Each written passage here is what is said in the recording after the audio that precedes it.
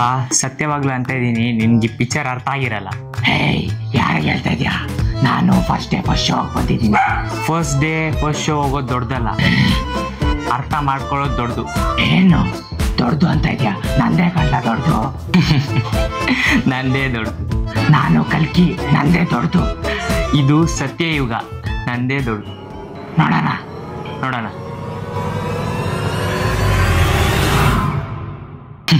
ನಂದೇ ದೊಡ್ಡದು. ಆಯ್ತು ಬಿಡು. ಇದು ಸ್ಪಾಯ್ಲರ್ ಅಲ್ಲ. ಸ್ಪಾಯ್ಲರ್ ಕೊಟ್ಟರು ನಿಮ್ಗೆ ಅರ್ಥ ಆಗಲ್ಲ. ಯಾಕಂದ್ರೆ ಇದು ಉಪ್ಪಿ ಫಿಲಂ. ಪಿಕ್ಚರ್ ಅಲ್ಲಿ ಆಕ್ಚುಯಲ್ ಆಗಿ ಏನ್ ನಡೀತು?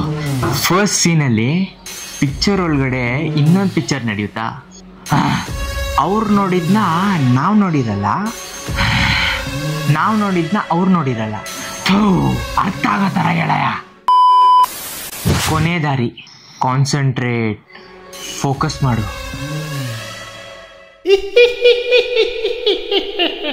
ಮೆಲ್ಲ ಕಣ್ಣು ಓಪನ್ ಮಾಡು. ಏನ್ ಸಿಕ್ತು? ಬದನೆಕಾಯಿ ಸಿಕ್ತು. ನೋಡ್ ಕಲ್ಕಿ, ಪಿಕ್ಚರ್ ಒಳಗಡೆ ಇನ್ನೊಂದು ಪಿಕ್ಚರ್ ನಡೆಯುತ್ತೆ. ಆವಾಗ ಅವ್ರು ಏನ್ ನೋಡಿರ್ತಾರಂತ ನಮಗ್ ತೋರ್ಸಿರಲ್ಲ. ಕರೆಕ್ಟು. ನಮಗ್ ಬೇರೆ ಸೌಂಡ್ ಎಫೆಕ್ಟ್ಸ್ ಮಾತ್ರ ಕೇಳಿಸ್ತಾ ಇರುತ್ತೆ.